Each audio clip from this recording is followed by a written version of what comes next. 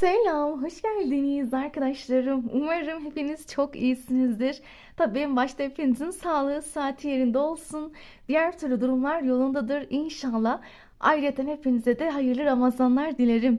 Şimdi bugün şöyle yapmak istiyorum. Şimdi aramızda aklında biri olmayan, yalnız olan arkadaşlarım da var. Sizleri de unutmak istemiyorum. O yüzden bugün sadece böyle bir genel aşk hayatınıza bakacağız. Yani bir sonraki hayatınızda olabilecek değişimler nedir? Aşkla ilgili yaşayacağınız gelişme nedir? Yani ilerleyen zamanlarda sizi nasıl bir şey bekliyor? Ha tabii şu da var. Eğer birisi çıkarsa ya da herhangi detaylar alırsam söylerim. Ama genel yorumlayacağım. Yani biri olsun olmasın hayatınızda hiç önemli değil. Hepinize hitap edeceğini düşünüyorum. Aşkla yaşayacağınız gelişmeler ya da ilerleyen süreçte sizi nasıl bir döngü bekliyor? Bu konuda neyi bilmeliyiz? Neye dikkat etmelisiniz? Bunlara bakacağız. İstediğiniz şekilde ben şimdi 3 tane objelerimizi yerleştirdim. İstediğiniz şekilde seçebilirsiniz. Hangisi daha çok hoşunuza giderse, severseniz, beğenirseniz onu seçebilirsiniz. Ben hatta masanın üstüne, örtünün üstüne koydum ki sizin için daha rahat, daha seçkin olsun seçerken. Şöyle biraz aşağı eğelim. Ben bekliyorum. Sizler şöyle bir üçüne odaklanın. Baktığınızda hangisi daha yakın geliyor? Ya evet, bu kesinlikle beni çeken bir obje. Benim buradan almam gereken mesajlar, öğrenmem gereken detaylar var dediğiniz hangisi ise onu seçip dinleyebilirsiniz. Eğer çok kararsız kalırsanız üçüne de bakın ya da derseniz ki ben ikisi arasında kaldım, o zaman ikisine de bakın. Hangisi daha çok beğenirseniz ya da hoşunuza giden hangisi olursa onu kendiniz için alıp kabul edebilirsiniz. Peki o zaman seçimler yapıldıysa ben şimdi ilk objemizle başlamak istiyorum. Hala seçim yapılamadıysa durdurup da odaklanabilirsiniz. İlkiyle başlayalım. Şöyle bir enerjilerimizi alalım. Neyi bilmelisiniz? Bir de aramızda hala abone olmayı unutan arkadaşlarım da varsa abone olarak bana destek olursanız çok çok çok sevinirim. Yani zaten beni çok motive ediyorsunuz. Mutlu oluyorum. Böyle bakım yapmak benim için gerçekten çok keyifli oluyor. Sizlerle etkileşimde olmak benim için ayrı bir zevk oluyor gerçekten. Hem de bizim aramızdaki enerji alışverişimiz, o etkileşimlerimiz süreç içerisinde çok daha çoğalıp artıyor. Peki o zaman şimdi aboneler olunduysak şimdi hemen ilk destemizle başlayalım. Şöyle yan tarafa alalım. Evet, şöyle diğerlerini yan tarafa alalım. İlk desteği seçen arkadaşlarımızla başlamak istiyoruz. Bir soralım, neyi bilmelisiniz? Yani bir sonraki aşkta yaşayacağınız değişim, dönüşüm, hareketlenmeler, gelişmeler neler olacak? Sizi nasıl bir etki bekliyor? Şöyle dursun objemiz. Şöyle kartlarımızı alalım. İyice enerjilerinizi bana yolluyorsunuz. Hep beraber odaklanıyoruz. İlk desteği seçen arkadaşlarım için en doğru enerjileri almayı niyet alıyoruz. En doğru etkiler bizlerle olsun. Bakalım, enerjinizi yollayın. O güzel enerjilerinizi odaklayın. Biliyorsunuz ki her şey enerjiden ibaret. İyice inanarak odaklanırsanız sizin için çok çok çok güzel enerjiler, mesajlar gelecektir. Bir soralım. İlk destemiz için aşkta nasıl bir durum olabilir sizin için? Hayatınızda biri olsun olmasın hiç önemli değil. Aşkla ilgili bilmeniz gereken ya da akıbetinizde nasıl bir döngü var? Ya da dikkat etmeniz gereken bir şeyler var mı? Bir soralım. Asa kralı. Şeytan kartımız. İmparator.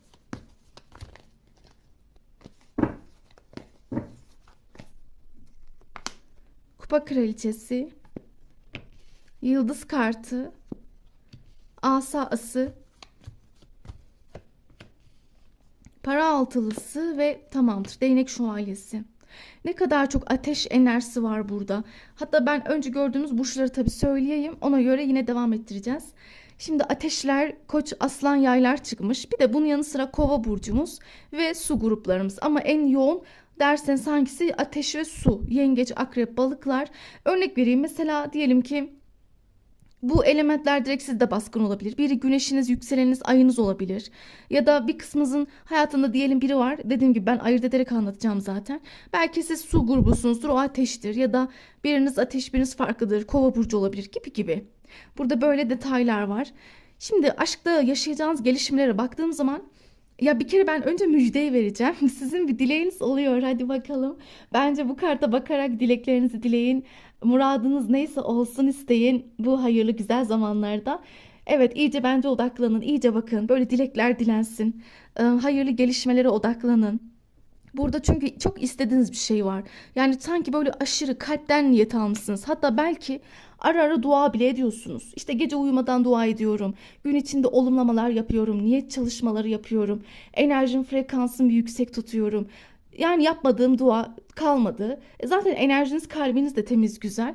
Kartlar da demiş ki inşallah duanda bir güzellik var. Yani senin aşkla ilgili dilediğin bir şey olacakmış. Şimdi benim burada gördüğüm şu. Bir kısmınız için hayatındaki insanla, yani çünkü bir kısmımızda burada bir ilişki aşk görünüyor, yaşananlar görünüyor.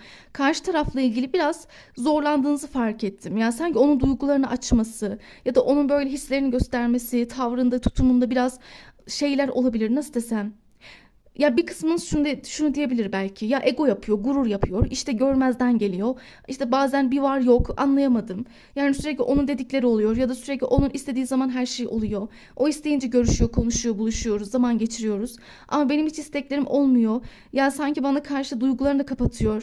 Nasıl olacak? Doğru düzgün adım atmıyor, eyleme de geçmiyor. Dediğiniz birisi var sanki burada öyle görünüyor. Bir kısmınızda öyle bir şey çıkmış. Onunla çok ufak ufak paylaşımlarımız var, etkileşimlerim var diyorsanız hani merak etmeyin, onunla ilgili bir tutku artışı ya da bir hareketlilik olabilirmiş gelecek süreçte. Yani enerjilerinizde bir aksiyon alma işte ya da birazcık daha aranızdaki sıcaklığın artması, onun birazcık daha böyle size karşı hareketlerinde fark edersiniz. Daha verici, daha cömert olması, sanki biraz daha böyle üstünüze düşmesi. Aa ya ne oldu bir ara böyle bir ketumdu ya da arada böyle bir suskun sessizdi. Ne oldu da bir anda açıldı diyebilirsiniz. Yani böyle bir hızlanıyor, bir depar atacak falan. Böyle bir gündeme geliyor. Yani bakalım yani sizde böyle bir hızlanma çıktı daha çok öyle söyleyeyim. Böyle bir aksiyonlar, işte böyle hareketlenmeler. Karşı tarafın birazcık daha sanki o kabuğunu kırması, birazcık daha sanki size karşı istekli davranması ya da örnek veriyorum. Siz daha çok vericiyseniz onun verici davranması gibi haller var. Ama çok ilginç, güzel bir deste. Yani dileğinizin olması ile ilgili bir durum çıktı burada. Ve sadece bu dilek de değil ama siz de gerekeni yapmışsınız. Mesela ben birçoğunuzun burada çok sevgi gösterdiğini görüyorum. Belki karşı tarafa gereğinden haddinden fazla ilgi veriyorsunuz. Ona çok odaklanıyorsunuz. Belki o 5 veriyor siz 10 veriyorsunuz. Bunun gibi düşünün. Yani çok çok çok daha yapıcısınız. O yüzden hem dileğiniz ayrı ama dileğin dışında da zaten emek göstermişsiniz. Hani o temeli atmışsınız siz onu demek istiyorum. Siz zaten temelleri attığınız için sanki devamı geliyor. Siz boş kalmamışsınız bir şekilde hep ona iyimserliğinizle, samimiyetinizle, ona sakin kalarak, alttan alarak yaklaşmışsınız. Hatta birçoğunuz onun bazı huylarını tolere bile etmişsiniz. İşte onun egosudur, özgürlüğüdür, bazen böyle bir imparator gibi hareketleri, kuralları, ara ara geri çekilmeleri, umursamaz tavırları, ben merkezci halleri. Yani dediğim gibi çok alttan almışsınız ama bunun karşılığı var. İşte onu demek istiyorum. Burada bir adalet de çalışıyor mesela. Burada bir terazi enerjisi de vardır. Her türlü bir hak ettiğin bir şey var. O alacaksın. O sana gelecek ya da bak mesela karşılıklı konuşmalarınız, görüşmeleriniz olabilir. Bir araya gelmeye, güzel vakitler yaşama ihtimaliniz var. Bir de şunu da eklemeliyim. Bu kişiyle aranızda yoğun bir tutku görüyorum. Aşırı. Yani burada çok aşırı böyle bir tutku halleri. Burada tensel çekim yoğun. Yani ileriki süreçte bu kişiyle aranızdaki bağlantıda yoğunluk da artabilir. Öyle söyleyeyim. Yani ben şunu hissettim. Eğer flörtünüzse ki birçoğunuzun flörtü olabilir bu kişi. Şu anlattığım az önce tarif ettiğim kişi. Onunla dediğim gibi flörtleşmeleriniz artabilir. Onunla sohbet muhabbetleriniz çoğalabilir. Onunla aranızdaki tutku, arzu, alev ateş çoğalabilir. Aranızdaki sıcaklık daha da artabilirmiş. Hani baktığımız zaman aslında aranızdaki tutkular artarken samimiyetiniz, arkadaşlığınız ya da o flört evreniz de yükselişe geçebilir. Bu özellikle biri olanlar için söylediğim bir detaydı. Yani gündemde biri var diyenler için. Ama biri yoksa eğer şunu söylemeliyim. Siz zaten biliyorum fark ettim aşka sevgiye aslında bu kartı seçenler, desteği seçenler diyeyim. Çok aşk dolusunuz belli ama böyle sevgiye aşka aşıksınız. Sevgi sizin için her şey. Aşk olmazsa olmaz belki de hayatınızda. Bunlar sizi motive eden duygular yani. Ve çok sevgi dolu olduğunuzdan dolayı da şu da var. Dilekleriniz, hayallerinizle ilgili de çok hani şeysiniz. Hani bunları aksatmıyor gibisiniz. Öyle gözlemliyorum. Ve bunun sonucunda sizin için Yepyeni bir ilişki, yepyeni bir sıcaklık ama çok tutkulu bir ilişki. Hani buna sadece bir ilişki diyemem, çok tutkulu. Böyle karşılaştığınızda aşırı çekim duyduğunuz, inanılmaz etkilenebileceğiniz. Ya bak nasıl birbirimize çekiliyoruz. Ya aslında birbirimize ne kadar hitap ediyoruz diyebileceğiniz bir partner görünüyor. Ama bu çok şey birisi gerçekten. Yani karşınıza gelen kişi bana çok ateş grubundan birisi gibi geliyor. Yani ateş su elementi taşıyan biri. Ama daha çok ateş hissediyorum. Böyle bir hırslı, azimli, kararlı, tuttuğunu koparan, ne isterse onu alan, yapan. Ya bir şey istediğimi yapıyor. Çok güçlü bir karakter.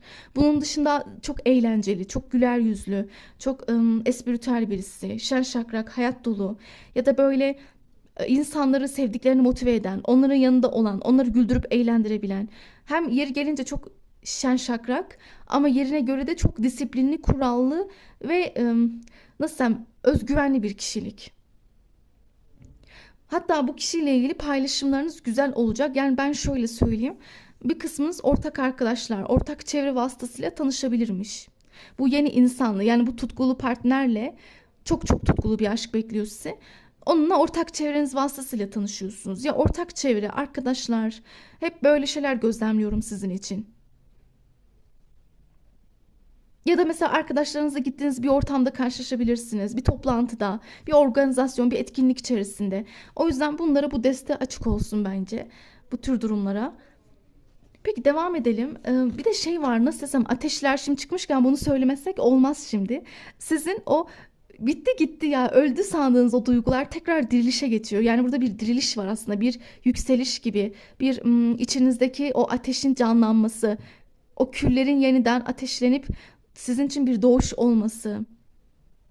Alev almış burası bu deste yani. Yoğunluk var. Bu çok çekim duyacağınız bir partner ama en önemlisi özlemin de hasretin de ya da işte birlikte vakit geçirmenin de çok zevkini alacağınız birisi. İşte onunla geçirdiğim vakitler çok dolu dolu geçiyor diyebilirsiniz. Ya da işte ben onunla keyif alıyorum. Aslında çok gülüyoruz, eğleniyoruz. Çok renkli geçiyor günlerimiz. Aslında onun yanında sıkılmıyorum. Evet, sıkılmayacağınız birisi.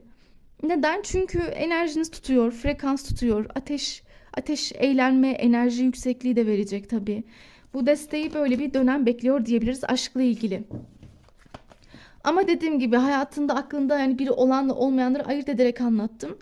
Bunu kendinize uyacak şekilde alabilirsiniz. Ama bu kişiyle ilgili şunu net bilin ki aranızda inanılmaz bir bağımlılık olacak. Bağımlılık. Yani yeni tanıştığınız biri de olsa bağımlı olacaksınız birbirinize. Ya da hayatınızda zaten böyle bir az önce anlattığım, tarif ettiğim nitelikte biri varsa onunla ilgili bilin ki bağımlılığınız daha da artabilir. Aranızdaki özlemler artabilir. Zaman geçirmeleriniz artabilir ya da bugüne kadar eksik ve tıkanık kalan ya da bir türlü evet ilerleyemedik ya da yol alamıyoruz ya da bana kendini kapatıyor, duygularını açmıyorum dediğiniz noktada bilin ki bunlar değişiyor artık. Hani bunu kabul edin diyor. Artık değişim olacak. Biraz daha onun tavrı tutumu değişebilir. İşte yaklaşım tarzında biraz daha samimiyet artabilir gibi cümleler kullanabiliriz. Peki devam edelim. Başka bilmemiz gereken bir şey var mı? Ama cömert bir enerji var burada. Yani daha verici, daha yapıcı olduğunu, maddi manevi bir şeyler yapabilir sizin için. Onu söylemeliyim. Peki devam edelim. Ya da gelecek olan insan maddi manevi cömert birisi diyelim. Başka neyi bilmeliler? Birinci desteği seçen arkadaşlarımız başka neyi bilmelisiniz? Bir soralım. Evet, tamamlanıyorsunuz. Bu desteğin enerjisi çok güzel çıkıyor. Tamamlanma var birçoğunuza. Ne gibi? Yani şu az önce anlattığım kişiyle bir tamamlanma. Hani birazcık daha belki kavuşmalar, bir araya gelmeler, güzel zaman geçirmeleriniz olabilir. Ya da işte örnek veriyorum belki sık sık görüşemiyorsunuz, konuşamıyorsunuzdur ama gelecekte bunun artışı olacakmış. İşte sizi tamamlayan dediğim tamamlanma budur zaten yani. Bunu yaşayacaksın demiş. Ya da biri yoksa bile karşılaştığım bu insanla aranızdaki o sıcaklıkla evet ya birbirimizi tamamlıyoruz. Bak hani yan yanayken çok iyiyiz. İşte bak yan yanayken çok huzurluyuz. Rahatız dediğiniz birisi olabilir. Bakın yine bir ateş, yine bir alev, yani yine bir tutku. Bu çok tutkulu bir partner belli ki. Enerjileriniz hani o kimya, evet kimyanız uyuşacak bence. Yani o kimyanızın çok uyduğunu, birbirinizle çok iyi anlaştığınızı görebilirsiniz. Köklü bir değişime hazır olmalısınız. Yani burada köklü bir değişim var. Şimdi ölüm her türlü köklü bir yenilenmedir, kadersel değişimdir. Ölüm kartı biraz daha sizin için aşkta yeni bir doğuştur. Tabii mesela az önce ne diyordum ben? Siz bugüne kadar ya hayır aşık olmam ya da artık ya o duygular bitti gitti, artık benden geçti dediğiniz durumlar varsa hiç de öyle değil. Aslında hiç de öyle düşündüğün gibi değil diyor. Yani sen ummadığın anda tutulabilirsin. Kendini kaptırabilirsin falan, hani her şey olabilir. Buna hazır ol. Biraz ani tanışmalar görünüyor. Yani bir kısmınız, özellikle hayatında biri olmayanlar için diyorum. Bu saydığımız nitelikteki insanlar çok ani. Yani her şey bir anda olabilir tanışmanız. Ya da biri varsa bile onunla ilgili hareketlenmeler bir anda göreceksiniz. Yani bir bakmışsınız böyle bir daha fazla yazıp araması, daha fazla böyle özlemesi, daha fazla görüşme isteği, aranızdaki tensel çekimin artması ya da işte bunun dışında eğlenmeler, gülmelerin çoğalması. Evet, bu kavramlardan söz edebiliriz. Bakalım başka neyi bilmeliyiz? Ama yeter ki umutsuz olmayın. Siz birazcık şaşıracaksınız çünkü. Aa, yani anlayamadım diyeceksiniz. Hani bir anda hayatıma girdi bu insan. Acaba doğru kişi mi? Ya da ya biz bu insanla böyle bir ara bu kadar değildik. Nasıl da şimdi yoğunlaştık? Ne oldu da bu kadar yoğunlaştık? Hani bunu diyebilirsiniz. Şaşırma durumunuz var. Ama bakın yine bir hız kartı. Sizin ya bu destenin ana teması hız diyeceğim. Bakın bugün bura hız. Bura hızlanıyor. Bura aksiyon alıyor. Burada büyük aktifleşmeler, hareketlenmeler var. Sizde de karşı tarafta da ya da hani biri yoksa bile gelecek olan büyük hızlı haberler, hızlı gelişmeler, hızlı bir partner var sizin için. Ama çok hızlı. Yani böyle eli kulağında derler ya, eli kulağında haberler, müjdeler sizi bekliyor. Hatta hayatında, aklında diyeyim daha çok biri olanlar için. Bilin ki şu az önce anlattığım insanla iletişimler, az önce aslında söylediğimiz yine çıktı. Kartlar bizi tamamlıyor. Ne demiş enerjiniz? Her türlü diyor onunla iletişimleriniz yine çoğalacak. Aynı şuradaki paylaşımların artması gibi sohbetler artabilir ya da örnek veriyorum konuşulmayan konular konuşulabilir ya da birbirinize anlatmadığınız duygular anlatılabilir, ifadeler artabilir. Sanki böyle duygusal kalpten kalbe konuşmalar başlayacak. Birçoğunuz için öyle. Ama hayatında biri olmayanlar için, şimdi bunu ayırt ediyorum karışmaması için. Biri olmayanlar için size şunu diyebilirim. Şu az önce anlattığımız partnerle ilgili öyle bir hızlı hayatınıza gelecek ki siz bile dediğim gibi şok olacaksınız. Ne ara geldi? Yani anlamadım. Bir anda oldu. Ben başka şeylerle meşguldüm. Bir anda hayatıma girdi ama hayatınıza girmesi sizi bayağı heyecanlandıracak. Hani öyle bir anda bir hissiyat olacak içinizde. Aa, evet ya çok sıcak hissediyorum ona. Bilmiyorum, gördüğüm anda bir vuruldum, etkilendim, çekildim. Ne oluyor böyle? Yani çok büyük bir arzular artacak gibi ikinizde. Evet, bu işte enerji uyuşması diyoruz buna. O enerjinizin tutması, o karşılıklı yoğunluğu hissetmeniz. Peki ben bir de diğer kartlarımızdan destek alalım. Evet, beklemişsiniz beklemişsiniz ama değecek arkadaşlarım. Hani dileğinizin kabul olması bu işte. Yani beklemene değdi diyor. Bak hani o kadar bekledin. Belki çok aşk istedin, ilişki istedin. Ve bir sürü dualar etmişsin, olacak. Ya da karşı tarafla ilgili değişim dönüşüm istedin. Yavaş giden konularla ilgili hızlanma istedin. Bak o da olacak. Yani bu deste, evet, dualara ne olur devam etsinler. Şimdi devam edelim. Biraz da buradan destek alalım.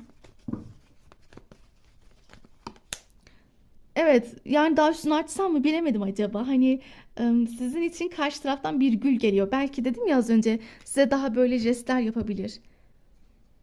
Karşı tarafla ilgili kesinlikle daha ilgili, daha sıcak tavırlar görmeye hazır olun.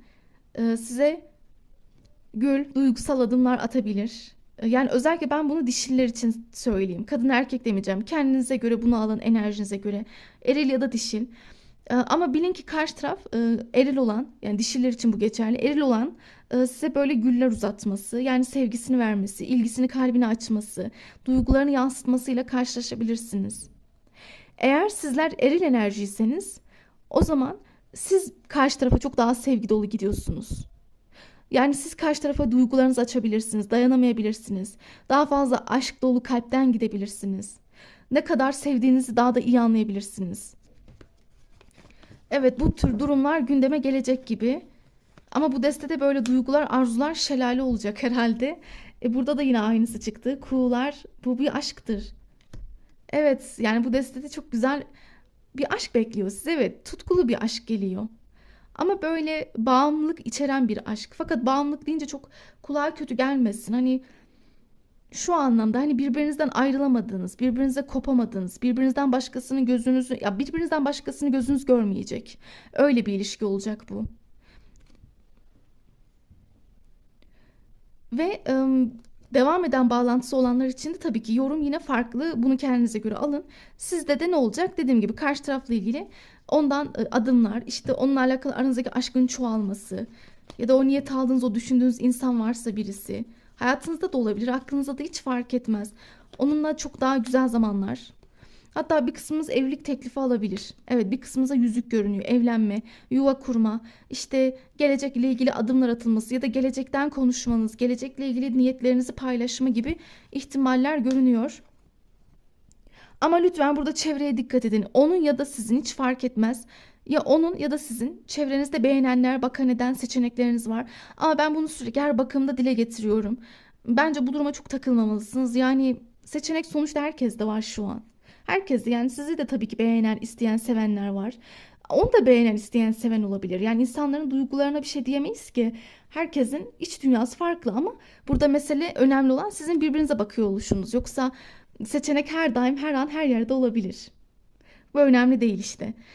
Bunu söylemek istedim. Hani ya karşı taraf ya da sizler, sizin hayatınızda birileri gündeme gelse de bunun çok etkisi olacağını görmüyorum.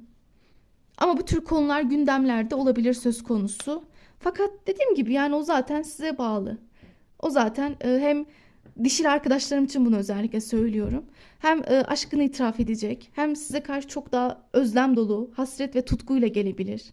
Çok daha size karşı yoğunlaşabilir. Dinleyen eril arkadaşlarım, sizler de çok daha sevgi dolu ve çok daha tutkulu olabilirsiniz.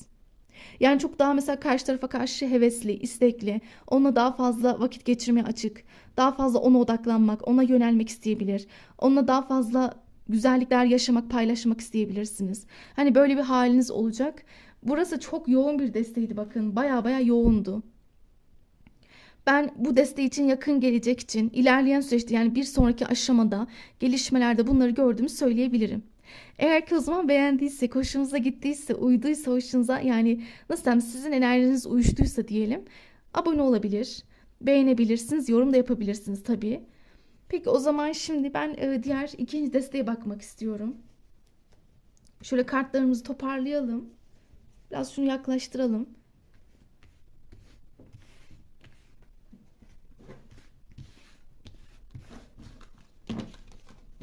İkinci desteği seçenler, şimdi odaklanıyorsunuz. Bana güzel enerjilerinizi yolluyorsunuz. Şöyle diğer destemizi alalım.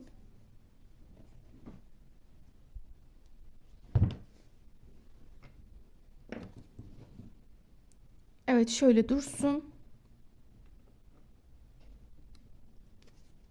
Tamamdır. En doğru mesajlar, enerjiler bizlerle olsun. En doğru etkileri almayı niyet alıyoruz. İkinci desteği seçen arkadaşlarımız için neyi bilmeliyiz? Yani bu deste sizi süreçte, akıbetinizde neler bekliyor? Yani karşı tarafla ilgili neler olabilir? Ya da aşkta sizi bekleyen gelişme, olay, durum nedir? Aşkla ilgili olabilecek süreçleriniz nasıl? En doğru mesajlar bizle olsun. Bakalım. Ay kartımız.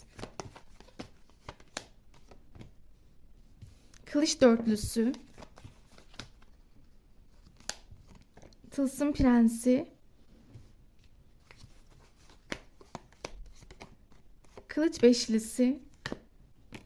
Şeytan kartımız. Asa şövalyesi. Kupa şövalyesi ve bir tane de alalım. O kule kartı. Biraz ağır bir deste belli. Şimdi önce ben burçlarımızı söylemek istiyorum. Oğlak burcu var. Toprakları genel olarak alacağım ben. Boğa, Oğlak, Başaklar çıktı. Su gruplarımız var, bir de ateşler. Yani hava hariç hepsi var aslında. Ama burada dediğim gibi burçlara hep diyorum. Önce enerji, ikinci sırada burçları baz alacaksınız. Şimdi ilk etapta buradaki desteği seçen arkadaşlarım sizi ne bekliyor diye bakarsak, ya öncelikle çok belirsizsiniz. Yani ben sizin içinizde şu an yoğun şüpheler ve kuşkular, kuruntular, yoğun endişeler olduğunu düşünüyorum. Ya sanki şu an birçoğunuzun böyle bir stresi, yani bana öyle geliyor. Şu anki enerjileriniz de geçmiş. Bunu neden söyledim? Çünkü siz ilerleyen zamanda ilişkilerle ilgili Ya da yaşadığınız şu belirsizlikler, şüphelerle ilgili bazı döngüleri yıkacaksınız. Öyle görünüyor. Yani biraz daha değişim. Daha böyle artık sizi sıkan, daraltan, sizi geri tutan ne varsa bunları yıkıp dağıtma. Ya bu evet kulağa belki ağır geliyor ama maalesef birçoğunuz için bu destede öyle görünüyor. Hani bitmesi gereken bazı ilişkiler bitiyor. Ya da bitmesi gereken bir flört, bir insanı bitiriyorsunuz. Ya da örnek veriyorum, belki de uzun bir süredir geçmişteki birini bekliyorsunuz. Ama kart diyor ki sen artık yakın gelecekte büyük bir bitişe doğru gidiyorsun. Yani mesela örnek veriyorum, toksik bir ilişkin bitebilir. Karmik partnerle artık ayrılabilirsin. Artık sürece son verebilirsin. Ama bakın bu kule sistemsel bir şeydir. Yani sizin elinizde olmadan sanki böyle kadersel bir değişim. Bunu zamanla daha iyi anlayacaksınız. Yani aslında demek ki bu zaman ayrılmamız gerekiyormuş. Bak zaten normalde hep ayrıl barış ayrıl barış gidiyorduk ama artık tam yıkıldık diyebilirsiniz ve bu biraz kadersel bir şey. Yani bunlar çünkü majör enerjiler ya, bunlar biraz daha kadersel, biraz daha uzun vadeli. İlahi sistemin de gündemde olduğu, el attığı. Gerçekten artık sizin iradeniz değil de ilahi gücün iradesiyle artık, yani tamam bir şey bitmesi gerekiyorsa o kader olarak bitirilecek. Bunun gibi düşünün. Ve siz de bunu fark edeceksiniz. Ya bitmesi gerekiyordu, bitti. Stres olabilir, biraz üzüleceksiniz, fark ettim. Süreç içerisinde biraz yani bu enerjilerin olur, açık olun. Bazı durumları bitirmenizden dolayı üzüntü, stres, gerginlik artabilir sizde. Uykusuz geceleriniz olabilir. Hafif melankoli, huzursuzluk, kabuslar görme ya da böyle uyuyamama. İşte ya da geceleri böyle gözyaşı dökme, biraz hafif ağlamalar olabilir. Hani bu tür anlık duygusal tepkiler verebilirsiniz ama bu da sizin için olması gerekiyormuş. Bu da olmalı. Yani zaten acı veriyormuş. Bir de öyle düşünün. Zaten hep güvensizlik yaşadığınız bir ilişki. Yani ben öyle düşünüyorum. Karşı taraf sizi sanki çok yıpratmış. Siz birbirinize bağımlısınız ama mesela şuna çok dikkat edin. Kombinasyon önemli. Az önceki şeytan kartı iyi anlamda gelmişti. Çünkü iyi bir yerde çıktı. Ama buradaki iyi bir anlamda çıkmamış. Burada toksiklik anlamında. Burada bitmesi gereken bir şeye tutunduğunuzu, bırakmadığınızı ya da o bitmesi gereken şeye sıkı sıkı sarıldığınızı düşünüyorum. Ama aslında o sizi mutsuz ediyor. O sizi ağlatan, üzen bir şey. O sizin canınızı yakan bir bağımlılık. Boş ver diyor. O bağımlı olduğunuz insan lütfen kimse, ona arkanızı dönün. Ha çok zor biliyorum, şimdi diyeceksiniz çok zor. Laf da kolay, tabii laf da kolay ama icraatta evet zor. Ama yapmalısınız. Yani en azından direkt bitirin demiyorum ama biraz uğraşın, çabalayın. En azından kendinize alıştırın. Evet, alıştırma aşamalarına geçmeye başlayın derim. Bunu yaptığınız mı çok iyi olacaksınız. Bunun dışında hem siz bunu yaptığınız zaman bakın burada gayet fırsatlarınız da artacak. Yani burada bir inziva dönemi de görünüyor sizin için. Onu söylemeliyim. Hani bir yıkımın ardından bir inziva. Bir süre ilişkilerden elinize eteğinizi çekebilirsiniz. Ama bu en güzeli. Bence bunu yapın. Zaten bu ayrılığın üzerine lütfen bir ilişki falan düşünmeyin. Bu iyi olmaz. Hani kendinizi kötü hissedersiniz. Orayı unutun. O acıyı bir temizleyin. O yaralar şifalansın. Tabii çünkü burada bir iyileşmeye ihtiyacınız olduğu çıktı. Siz iyileştikten sonra gelin görün ki hayatınızda çok pozitif enerjiler aktif olacak. Yani büyük hareketlenmeler, pozitif enerjiler aktif olabilir. Tılsım Prens kartıyla tekrar yeni bir hayat döngüsü, tekrar yeni başlangıçlar, yeni şanslar elde edebilirsiniz. Hatta ben burada sizin için bir ateş, bir de su grubundan birisi görüyorum sürekli. Öyle çıkmış kartlarınızda. Hani hem çok neşeli, çok enerjik, çok çok çok böyle güler yüzlü bir partner var. Hem bir o kadar duygusal, romantik, aşk dolu, sevgi dolu gelen biri. Yani kısmetlisiniz, onu demek istiyorum. Sanki böyle bir şeyler bitmiş değil sizin için. Bitse bile yeni bir şeyler var. Yeni insanlar, bak yeni fırsatlar, sana şans getirecek kişiler geliyor. Ya da bir anda seni o bulunduğun çıkmazdan, o labirentten çekip alacak kısmetler bir anda artabilir. Çevrenden olabilir, yakın çevren, arkadaş çevren, iş ortamından. Beğenenler olabilir. Size gelen güzel atlar, murat, nasip, kısmetler görünüyor. Yani onu demek istiyorum.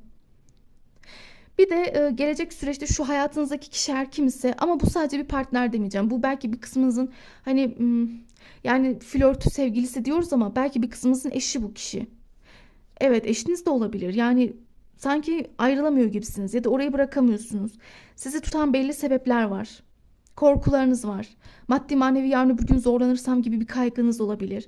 Ama bu kaygı, bu korkular sizi daha da gece uykusuzluklarına sürüklemiş. İyice ruhsal enerjiniz, sağlığınız bozuluyor. Bunu kendinize yapmamalısınız. Bu şeytani enerji her kimse artık ya da bu sağlıksız, toksik insan, Ondan enerjinizi kurtarmak şart. Bir de şunu da eklemeliyim. Oldu ki eğer bırakmazsanız olacakları söyleyeyim. Zaten burada çok ağır kavgalar, çok ağır şeyler çıkıyor, ithamlar, çok fazla ağır sözcükler çıkmış. Yani sizi yermesi, aşağılaması, sizi eleştirmesi, narsist hareketleri. Yani bu hayatınızdaki insan size biraz hayatınızı iyice zehir edebilir, iyice üzüntünüz artabilir, iyice yani o üzerinizdeki yükler artacak, onu demek isterim. İşte evlilikteki yük artabilir, ilişkinizdeki yükler 2 katına çıkabilir. Her şeyin suçlusu, sorumlusu siz olabilirsiniz. Kabahatli siz olabilirsiniz. Zaten şunu da fark ettim. Karşınızdaki kişi 2 gün, 3 gün iyi davranıyorsa diğer günler hep kötü davranıyor. Evet, yani bir şey yok, yani bir denge yok yani. Belki öylesine sırf sizi avutmak için ara ara sırf böyle onun etrafına kalın. Tabii ona boyun eğin, onun istediklerini yapın. Sizi böyle yönetmek, sizi böyle bir şekilde idare etmek için ya da hayatında elinin altında tutmak için bir süre iyi davranır. Ondan sonra hemen bir anda yine eski haline geri dönermiş. Hani bu tür hallerine de sakın güvenmeyin. O iyimser tavırlarına. Bu tamamen yapmacık. Onun için bir oyun yani. Oyuna çevirmiş. Sizi kendisine bağımlı kılmak istiyor tabii. Ama şimdi dersiniz niye beni kendisine bağımlı kılıyor? Neden olabilir? İhtiyaçları için tabii ki. İşte sizden ilgi sevgi alabilmek için. Sizden her şeye evet demenizi beklediği için. Ya da bir kısmınız olabilir, bilemem, maddi manevi belki sömürmeye çalışıyordur. Her şey olabilir. İşte siz lütfen buradaki düşmanlığa izin vermeyin. İki çift güzel lafa da sakın kanmayın diyor kartlarınız. Sizin içiniz bence hissediyor. Kalbiniz farkında, ben eminim. Öyle çıkmış zaten. Kalbiniz her şeyi biliyor. Bence iç sesinize güvenin. Zaten çok içinizde de bir büyük huzursuzluk olduğunu fark ettim. Aşırı streslisiniz. Bu stresi bırakın yıkılsın. Bırakın bitsin her şey. Evet, biraz böyle bir şey desteğiydi değil mi? Yani radikal şeylerin olduğu bir deste. Ayrılıkların, boşanmaların var olduğunu düşünüyorum. Evet, sizi bir sonraki bekleyen aşama, gelişme, enerji buydu. Peki devam edelim. Başka neler olabilir? Yani başka neye hazır olmalı bu deste? Korkularınızla yüzleşeceksiniz. Evet, artık korkularınızla yüzleşmek zorundasınız. Yani sistem sizi buna zorlayacak. Artık bak, hani ayrılmazsan bunu yaşarsın. Bak, boşanmazsan bunları yaşayacaksın. Lütfen esnek olun. Aslında yani sabitlik iyi bir şey değil. Sabit düzen, sabit kurulu enerji iyi bir şey değil. Yani eğer mutluluk vermiyorsa onu demek istiyorum. Yani mutlu değilseniz lütfen orada takılı kalmayın. Neden? Çünkü sağlığınıza, ruhsal enerjinize zarar. Burada sakin kalmalı. Bakın yani ben şimdi daha ne desem bilemedim. Bakın bir sürü murat, kısmetler, şanslar geliyor. Partnerler ayağınıza dizilecek gibi. Yani bayağı kısmetiniz de açılıyor yalnız sonrasında.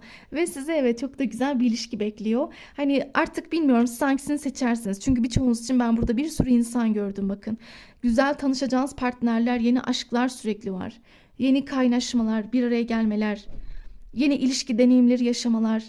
Bakın birçoğunuzda gerçekten güzel bir aşk deneyimi görünüyor. Hem çok sevecek hem çok sevileceksiniz. Yani demek ki gayet de manevi olarak daha mutlu olacağınız bir partner de var. Ee, Burada tabii ama yine seçimsin. Bakın ona ben çok karışamıyorum. Yani burada yine kararlar size ait. İsterseniz bırakın, ayrılın, isterseniz ayrılmayın, boşanmayın. Ya o tabii sizin bileceğiniz şey. Ama benim gördüğüm bu. Yani eğer o ilişkide kalırsanız üzüleceğiniz ve mutsuzluk yaşayacağınız çıkıyor sürekli. Daha çok acı ve depresyon hissedebilirsiniz. Çünkü niye? Duygu yok, mutluluk yok, tutku yok, değer verme yok. Bunlar yoksa tabii siz de bir şey anlamıyorsunuz eminim. Bu nasıl bir ilişki? Sürekli kavga, sürekli bir güç yarışı, sürekli bir inatlaşma. 2-3 gün iyiysek sonraki günler sürekli bir kaos, kavgalar. Belki sizi rencide etmesi, sürekli böyle sizi birilerine kötülemesi. Yani böyle şeyler de görünüyor. Ve böyle bir partnerle bilmiyorum, devam etmek ister misiniz? Ama etmezseniz de çok da güzel bir ilişki akıbetinizde var. Ama hemen diyemem. Hemen değil, çünkü önce kartlarınız bir süre inziva, bir süre bir şifalanma. Önce bir iyileşme yaşayacağınızı, ondan sonra yeni bir ilişki, bir partnerlik görünüyor akıbetinizde. Evet, bakın daha ne olsun, sonunda bir mutluluk var. Olsun ya, yüzüm güldü diyorsunuz. Neyse ki sonu güzel, tatlıya bağlandı benim için. En azından benim istediğim gibi oldu. Muradım kabul oldu. İstediğim gibi kısmet ya da şanslarınız arasından iyi bir enerji olacak. Şimdi bir kısmınız şunu da diyebilir. Ben neden öyle düşündüm bakarken. Ya daha kötü olursa.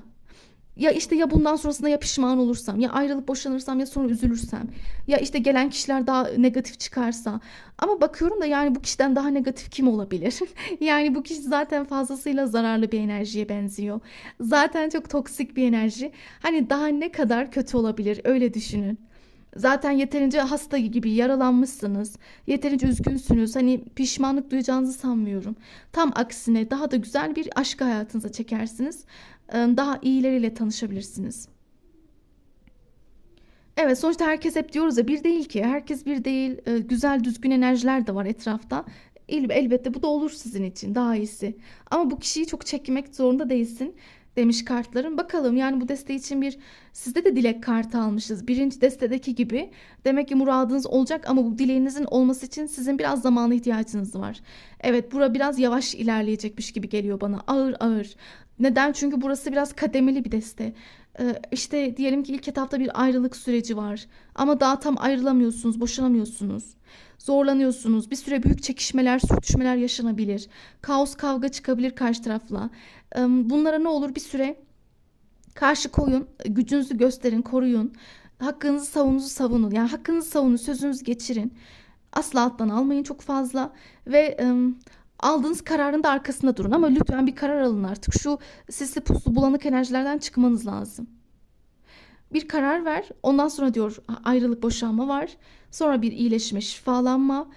Ama emin olun sonrasında tekrar yani hayat daha böyle bir günlük güneşlik gelecek. Ya ben boşuna mı bekledim ya? Hani ya ben o insanı niye boşuna çektim ya? Neden? Ama o da kaderinizmiş. Bir de o açıyor. Yani öyle bakın olaya. Hani bu acıyı niye yaşadım? İşte o da bir kader. O da belki de bir imtihan, bir dersti sizin için. Yani bu insan. Ama bu ders bittikten sonra işte ya da o sınavınızı geçtikten sonra ne olacak? Daha güzel bir partner ya da o ruh eşiniz. Bakın, ikiz aleviniz. Burada çok fazla ruh eşiyle tanışma, ikiz alevle karşılaşma ihtimalleriniz yüksek görünüyor arkadaşlarım. Peki, peki ben bir de diğer desteden de alayım. Biraz daha destek atalım. Başka neyi bilmeliyiz? Başka neyi öğrenmeliyiz? Evet, birazcık daha diyor kendini düşün ama gözlem yap. Sen zaten, bir şey söyleyeceğim. İyice gözünüzü dört açın. Yani çok olaya duygusal bakmayın. Olaylara daha geniş açıdan bakın. Neyin doğru yanlış olduğunu göreceksiniz. Karşı tarafın çok maskesi var. Az önce söylüyordum. Ona inanmayın. O bazen böyle size güler yüzlü iyi davranır ama inanmayın. O sadece bencil ve kendini düşünen çıkarcı birisine benziyor.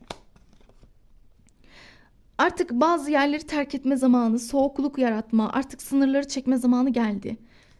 Evet, bunu yaparsan evet çok daha aslında sevildiğinizi hissettiğiniz birisi olacak. Ya da sevgiyi bulduğun ya da ben tekrar hani canlanmak istiyorum. Tekrar enerjimi arttıracağım ya da tekrar güzel ilişkileri kendime açıyorum diyebilirsiniz. Gelecekte daha size açık, daha yüksek enerjide, açık derken bakın çıktı zaten. Daha yeni bir ilişki, yeni bir aşka doğru yelken açacağınız görünüyor. Yenilik, leylekler, yenilik, yeni enerjiler, yeni insanlar, yeni aşklar, yeni mutluluklar. Bunun getirdiği rahatlama, ferahlık. Bunun getirdiği bir ruhsal bir paylaşım, ruhsal bir ilişki. Hatta biliyor musunuz, bunu bir zaman sonra daha iyi anlayacaksınız. Yani bu büyüteç öylesine çıkmamış. Siz diyor belki şu an duygularınız, bağımlılığınız var ya, gerçekleri belki göremiyorsunuz ama bazı durumlar bitti mi, yıkıldınız mı? Aa, evet ya, aslında daha iyi şeyler de varmış benim için. Bak, daha böyle ruh eşimle, demek ki aşk buymuş ya. Bak, demek ki doğru sevgi bu. Huzurlu sevgi, sadakatli sevgi. İşte içte şüphe, huzursuzluk barındırmayan, bana güven veren, umudumu arttıran aşk buymuş demek. Yani sevgi buymuş. Çünkü siz biraz şu an, işte diyorum ya, o karşı tarafın maskeleri yüzünden belki bağlantınızı normal buluyorsunuz ya da bu yaşadıklarınıza katlanıyorsunuz. Sırf geçmişiniz var. Belki işte alışkanlıklarınız var diye ama aslında öyle değil işin açığı. Bunu anlayacaksınız sonradan. Ya ben sanki de böyle bir eziyete katlanmışım gibi. Ama maalesef böyleydi durumlar. Ha, ama üzücü değil, yine de sonucunuz çok güzeldi. Sonucunda bir huzur var, yenilikler var size. Evet, yenilikleri de lütfen esnek olun. Eğer ki beğendiysek, bu desteği seçenler hoşunuza gittiyse, uyuduysa size, abone olabilirsiniz. Beğenip yorumlarda yapabilirsiniz. Ben ama dediğim gibi burada daha çok bir enerji aldım. Sanki bitmesi gereken bir süreci olan arkadaşlarımın destesi gibiydi burası. Evet, yani sanki böyle sizler seçmişsiniz burayı. Ya bitirmeniz gereken biri var aklınızda, ya geçmişten biri, hayatınızdaki biri. sizlere daha çok hitap edeceğini düşünüyorum. Size yönelik çıktığı için. Peki o zaman şimdi toparlayalım. Üçüncü desteğe bakalım. Son destemizin enerjilerini alalım. Şöyle kartları toparlayalım. Şimdi en son desteğimizi bir alalım. Bakalım. Şöyle diğer kartlar dursun. Evet, şöyle yapalım. En doğru enerjileri almaya niyet alıyoruz. Üçüncü desteği seçen arkadaşlarım neyi bilsin, neyi öğrensinler? Sizin için aşk hayatınızla ilgili bir sonraki gelişme, değişme nasıl? Bir sonraki olay nasıl olacak? Neler yaşayabilirsiniz? Hayatınızda nasıl enerjiler cereyan edebilir? Nelerle karşılaşabilirsiniz? Bir soralım. Kılıç Prensi, Ay kartı, Asa beşlisi, denge kartımız, para dörtlüsü. Bugün bayağı şeytan çıkıyor yalnız. Bugün hep şeytan çıkıyor. Ve değnek gidilisi. Şimdi önce burçlarımızı söyleyelim. Burada Yay burcumuz çıktı. Oğlak burcumuz var. Yengeç burcumuz var. Bir de hava gruplarımız çıkmış. İkizler, Terazi, Kova burçlarımız. Evet. Şimdi baktığımızda sizi bir sonraki bekleyen gelişme şu olarak göründü. Nasıl desem? Özellikle hani gündeminizdeki insanla, öyle yorumlayacağım. İlk etapta o şekilde yorumlayalım. Hayatında, aklında, gündeminde biri olanlar. Ya karşı tarafta biraz sürtüşmelere açıksınız. Lütfen dikkat edin. Evet, yani ilişkisi olanlar için diyorum. Böyle kavga, gürültüden lütfen kaçının. Çünkü sizi gelecek süreçte birazcık böyle çatışma içinde gördüm. İşte birbirinize laf söz yerleştirmeler, birbirinizin canını sıkma, birbirinizin enerjisini düşürme, birbirinizi mutsuz etme ya da birbirinizi birazcık sıkıp yormalar. Hani burada çok fazla şey var. Gerilim enerjisi, kaos enerjisi, birbirinizle çatışma enerjisi var. Sen bunu dedin, sen şunu dedin. Hatta çok fazla kıskançlık, çok aşırı hatta. Yani kıskançlığın böyle 2 kere altını lütfen çiziyorum. Kıskançlık had safhada olabilir. Sizde ya da onda hiç fark etmez. Ama böyle işte o kimdi? Ona niye baktın? O kimdi? Niye yazdın ona? Ya da sen niye onu beğendin? Niye takip ettin? Ya da o kimdi? Neydi? Sen kimle o konuştun? Neredeydin? Ne yaptın? Her şey olabilir. Anlatabildim mi? Sizden ya da ondan kaynaklı aşırı bir sürtüşme hali, inanılmaz böyle bir kıskanmalar, böyle bir o kıskançlık dürtülerinin hareketlenmesi gibi durumlar söz konusu.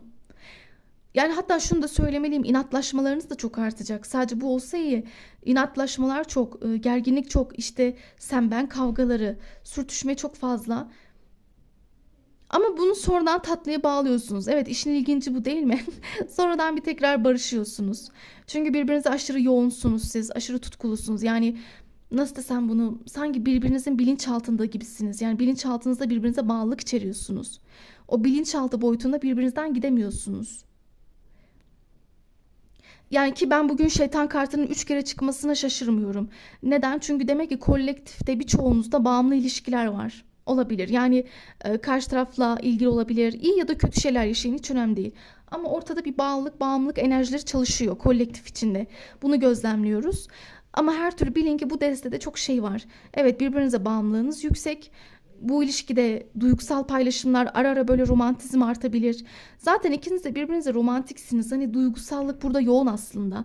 O da sizde birbirinize gelecekte daha duygulu, daha şefkatli, yani yeri gelince daha içli, merhametli davranabilirsiniz. Hani birbirinizle daha böyle güzel zamanlar, yan yana vakit geçirmeler yaşanabilir. Sizin sorununuz, yine diyorum, şu kıskançlıklara dikkat edin. Bir de kıskançlıkların dışında işte sen ben kavgaları, gurur, inat, güç yarışları. Ama garip dedim ya, buydu işte. Yani mesela siz bunları yaşarken sonraki günlerde hemen bir anda can ciğer oluyorsunuz. Ama sonra tekrar büyük böyle bir kavgalar başlıyor. Büyük çatışmalar. Sonra tekrar yine can ciğer olma. Yani bu böyle devam ediyor kısacası. İşte bunun yanı sıra fikir çatışmalarınız çok, mesela buna dikkat edin. Birbirinize bazı şeylerde hoşgörü göstermelisiniz. Bakın, ben sadece onun için diyemem. Burada genel yorumladığım için bu sizin için de onun için de geçerli olacaktır. Yani birbirinize hoşgörülü ve saygılı gitmek zorundasınız. Birbirinizin fikirleri, bakış açıları, niyeti her ne olursa olsun. Ya da birbiriniz için ne düşünürseniz düşünün. Zaten her şey aynı bakış açısında olmak zorunda değilsiniz. Ama birbirinize, yine diyorum, saygı duymalı, hoşgörü göstermek durumundasınız. Eğer iyi anlaşmak istiyorsanız. Bir de şöyle söyleyeyim, birbirinizi gelecek süreçte daha fazla hissedebilirsiniz. Tabii mesela birbirinize olan gözetlemeler, stalk, merak artabilir kıskançlıklarla beraber. Tabii stalk da var. Stalk da çok yoğunlaşacak. İşte birbirinizi rüyalarda görme, hislerin artması, sezgisel mesajlar çok çoğalabilir tarzında cümleler aldık. Peki devam edelim. Başka neyi bilmeliyiz? Yani bir de şunu da söylemeliyim. Eklemeden geçmeyeceğim. Ama bu ilişkideki sorun şu. Düşmanlar da çok. Evet, o da söylenmesi gerekiyor burada. Çok fazla. Yani ya onun ailesi, çevresi, sizin aile çevreniz, arkadaşlar, rakipleriniz de olabilir. O da olabilir. Hani çevreden kasıt belki rakiplerdir. Sizi ya da onu beğenen, seven, isteyenler olabilir. İşte o yüzden belki de bu ilişkide sürekli gelecek de yoğun kıskanmalar, birbirinizin üstüne titremeler, işte birilerinin sizi ayırmak istemesi, rakiplerin gün yüzüne çıkması, rakiplerin dışında birilerinin engel olmaya çalışması, sizin kafalarınızı karıştırmaları. Tabii mesela ben şimdiden uyarıyorum, lütfen bunları gelecekte siz de karşınızdaki insanda dikkat edin. Yani birilerini lütfen dinlemeyin. Yani onun arkadaşları olur ya, arkadaşları bir şey söyler. Sizinle ilgili kötülerler mesela. Hani araya nifak tohumu sokanlar olabilir. Size böyle bir uyarı var. Bence karşı tarafı da uyarın bu konuda. Hani kimseye çok özelinizi ya da yaşadıklarınızı anlatmasın. Ya da bazı aranızdaki durumları, ilişkiyle ilgili gelişimlerden bahsedilmesin. Sizin için de bu geçerli. Lütfen güvenmediklerinizi ya da böyle herkese çok içinizi döküp paylaşmayın. Evet, bazen paylaşmak isteyebilirsiniz. Bu çok normal bir şey, herkes gibi illaki, ama tabii bu iyi bir şey değil. Yani herkes çünkü bir değil. Herkes iyiye yoracak, hayra yoracak ya da herkes böyle hadi biz senin yanındayız, destek olacağız gibi şeyler demeyebilir. İlişkinizi kıskananlar olacak, haset edenler olabilir. Onun etrafında mutlu olmasını isteyenler, istemeyenler olabilir. Herkesin içi çok farklı, bunu bilemezsiniz. O yüzden görünüşlerine bakmayın diyor kartlar kısaca. Siz zaten şöyle söyleyeyim, yakın gelecekte, yani bir sonraki aşamada hani oturup bazı şeyleri konuşacaksınız. Bu da var tabii. Evet, sanki böyle çözülmeyen, sizi sıkan, daraltan insanlar, şu rakipler, üçüncü, dördüncü, beşinci insanlar, işte ilişkinizdeki bu inatlaşma, kıskançlıklar, bu gerilim, sizi bu noktaya sürükleyen her durumu konuşacaksınız oturup, muhakeme edeceksiniz. Oturup uzlaşmaya varacak, anlaşmaya varacaksınız tarzında durumlar var. Ki ben şöyle de düşünüyorum. Özünde sizin aslında ilişkiniz güzel. Hani az önce diyordum ya, siz böyle bazen canciğer gibisiniz. Çok tutkulu, çok yoğun, bazen çok dengeli, çok mutlusunuz. Yani birbirinizde aklınız, gözünüz sürekli birbirinizde, ama hep sizi sanki etkileyenler başkalarıymış gibi düşünüyorum ben. Evet, yani sizin temizlemeniz, ayıklamanız gereken insanlar var. Arkadaş olur, aile olabilir, iş ortamındakiler olabilir. Herkes olabilir, fark etmez. Ama birilerine lütfen çevrenizde müdahale ettirmeyin ilişkiye. Evet, bunlar dikkat edilen şeyler, edilmesi gerek. Peki devam edelim başka. Hani bunu atlatır mısınız? Evet, aslında bunu konuşarak, bakın böyle oturup da olayları böyle bir içinizi dökerseniz, olayları masaya yatırıp irdelerseniz denge, barışma var. Ya da çözümlenmeler olacak sizin için. Zaten birbirinize karşı daha duygusal adımlarla da geleceksiniz. O size değer verecek. Siz ona. Birbirinizi hep hissetmeler, rüyalarda görmeler artabilir. Duygularınızı daha fazla dile getirebilirsiniz. Birbirinize duygusal sözcüklerle yaklaşarak tatmin edebilirsiniz. Hatta en önemlisi, ermiş kartıyla beraber tabii ruhen de yakınlık hissedeceksiniz. Aranızda ruhsal paylaşımların da güzelleştiği, arttığı bir döngü olabilir. Birbirinize aslında ruhen zaten yoğunsunuz. O da ayrı bir durum. Hani az önce diyordum ya, bilinçaltınızda çok derinlerde saklısınız. İşte bu onun gibi bir şey. Daha fazla birbirinizle aslında bu bağın, ya biz ne kadar derin bir bağ yaşıyormuşuz, ya da bak evet, sorun yaratanlar, sıkıntı yaratanlar var ama bizim bağımız ne kadar kuvvetli. Ya nasıl da derinmiş, nasıl da bak birbirimizden gidemiyoruz, kopamıyoruz. Hani bunları çok daha iyi anlayacak mısınız? Ve birbirinize olan duygusal paylaşımlarınız çoğalabilir. Yani bakın, kötü bir deste değildi ama çok da iyi bir deste, çok temiz enerjili bir deste de değildi. Çok şey var, tamam, sevgi, aşk ilişkiniz devam ediyor. Ama ben birçoğunuzun burada sürekli birileriyle cebelleşeceğini, kıskançlıklar, işte inatlaşmaların artabileceğini, sanki burada resmen bir uyarı almışsınız en baştan. Her türlü duygu durumlarınızı kontrol etmeye çalışın. O da sizde. Ama duygular çok güzel tabii. Duygusal boyutta mesela ikinizden bakın aynı enerji açmışsınız. Görüyor musunuz? İkiniz de birbirinize gelecekte çok daha aşk dolu olabilir. Sevginiz daha yükselebilir. Birbirinize daha da bağlanıp kenetlenebilirsiniz. Bu güzel olan. Ama gidip de birilerini dinleyip sen bana bunu demişsin, sen şunu yapmışsın, bak sen şunu yapıyorsun ya da sen şunlara ne dedin? Ya da bak çevren bunu söylüyor, sen bunu yapmıyorsun. Bunu daha da genişletebiliriz aslında örnekleri. Burada kastetmeye çalıştığım şey dikkat etmeniz gereken mevzular var. İnsanlar, olaylar var. Bir de nazara göze dikkat. Evet, burada biraz nazar gözü de var bu ilişkide. Çok hani dualar okumanız, güzel enerjiler çalıştırmanız iyi olacaktır. Birbirinizle olan tartışmaları çok büyütmemeye çalışın. Olur mu? Çünkü biraz büyüyecek gibi bu tartışmalar. Çok böyle ileri boyutta taşımamaya çalışın. O anda ne yapın? Geri çekilin. Sessiz kalın. Aynen öyle. O anda hemen sınır çekin. Tamam, ilişkiniz bir süre bu yüzden belirsiz, böyle bir sallantılı gidecek. Fark ettim. Hani bir sonraki aşamada ilişki sallantılı ama en azından güzel anlamda diyebileceğim şey şu: birbirinizin değerini daha iyi anlayabilirsiniz. Birbirinizi daha çok fazla özleyip sevdiğinizi, aslında kimseden size hayır gelmediğini, bazı insanların gerçek yüzünü gördüğünüzü fark edeceğiniz anlar olacak. Çünkü evet, dediğim gibi burada düşmanlar var. Burada sizin ilişkinizi önüne taş koyan, ilerlemesini istemeyen düşmanlar var. Bunları daha iyi fark edecek, göreceksiniz. Onu söyleyebilirim. Evet, zaten birbirinize güvenin diyor kartlar. Birbirinize güvenin, inanın. Siz zaten birbirinizle çok iyisiniz, iyi anlaşıyorsunuz. Ama bunu devam ettirin ki işte yıldızınız parlasın, tekrar şansınız artsın. Bunları açmak istedim çünkü sizde birazcık sıkıntılı etkiler çok. Bakmak istedim nereye bağlıyorsunuz süreci diye, ama süreç neyse ki fena bir yere bağlanmayacak ama ağır bir dönemden geçeceksiniz. Hani şunu diyebilirsiniz: ya ne oluyor, sınanıyor muyuz, ya bitiyor muyuz acaba, ya da niye bunları yaşıyoruz, biz bir ara çok iyiydik. Hani bunları dersiniz ama dediğim gibi bu geçici bir evreymiş. Bu tamamen geçici, son verebileceğiniz, üstesinden geleceğiniz bir süreç. Bunları yaşama sebebiniz tamamen ne biliyor musunuz? Yani bazı insanları, düşmanları, negatif kişileri etrafınızdan ayıklamak. Bu ilişkide görünmeyen, sır gibi olan, arkada böyle kuyunuzu kazan ya da bu ilişkiyi baltalayan kişileri görmek gibi gibi. Aslında her şerde bir hayır var bu işte. Hani bazı böyle sallantılardaki hayrı göreceksiniz. Evet, ben ama şunu da ekleyeyim: bu destede daha çok ilişkisi devam eden arkadaşlarım çıkıyor. Evet, yani daha çok ikinci ve üçüncü destede devam eden bağlantılar vardı. En çok birinci desteye böyle biraz yeni enerjilerden bahsetmiştim. Biri olmayanlar için ama demek ki kolektifte birçoğunuzun sanki aklında, gündeminde birileri var. Onu düşünüyorum. Böyle çıkınca mesajlar. Peki devam edelim. Evet, güneş, yani güneş doğacak. Bu ilişkide evet iyileşme var. Ya güneş doğduysa bu güzel. Yıldız güneş. Siz diyor iyileşeceksiniz. Bu ilişki hala anahtar, açık bir enerjide. Yani o anahtar hala sizde. Şans sizde. Başkaları kim ne yaparsa yapsın. İşte bakın, başkaları işte yılanlar. O yılanlar bırakın ne yapıyorsa yapsınlar. İstedikleri kadar uğraşsınlar. Bir yere varamayacaklar.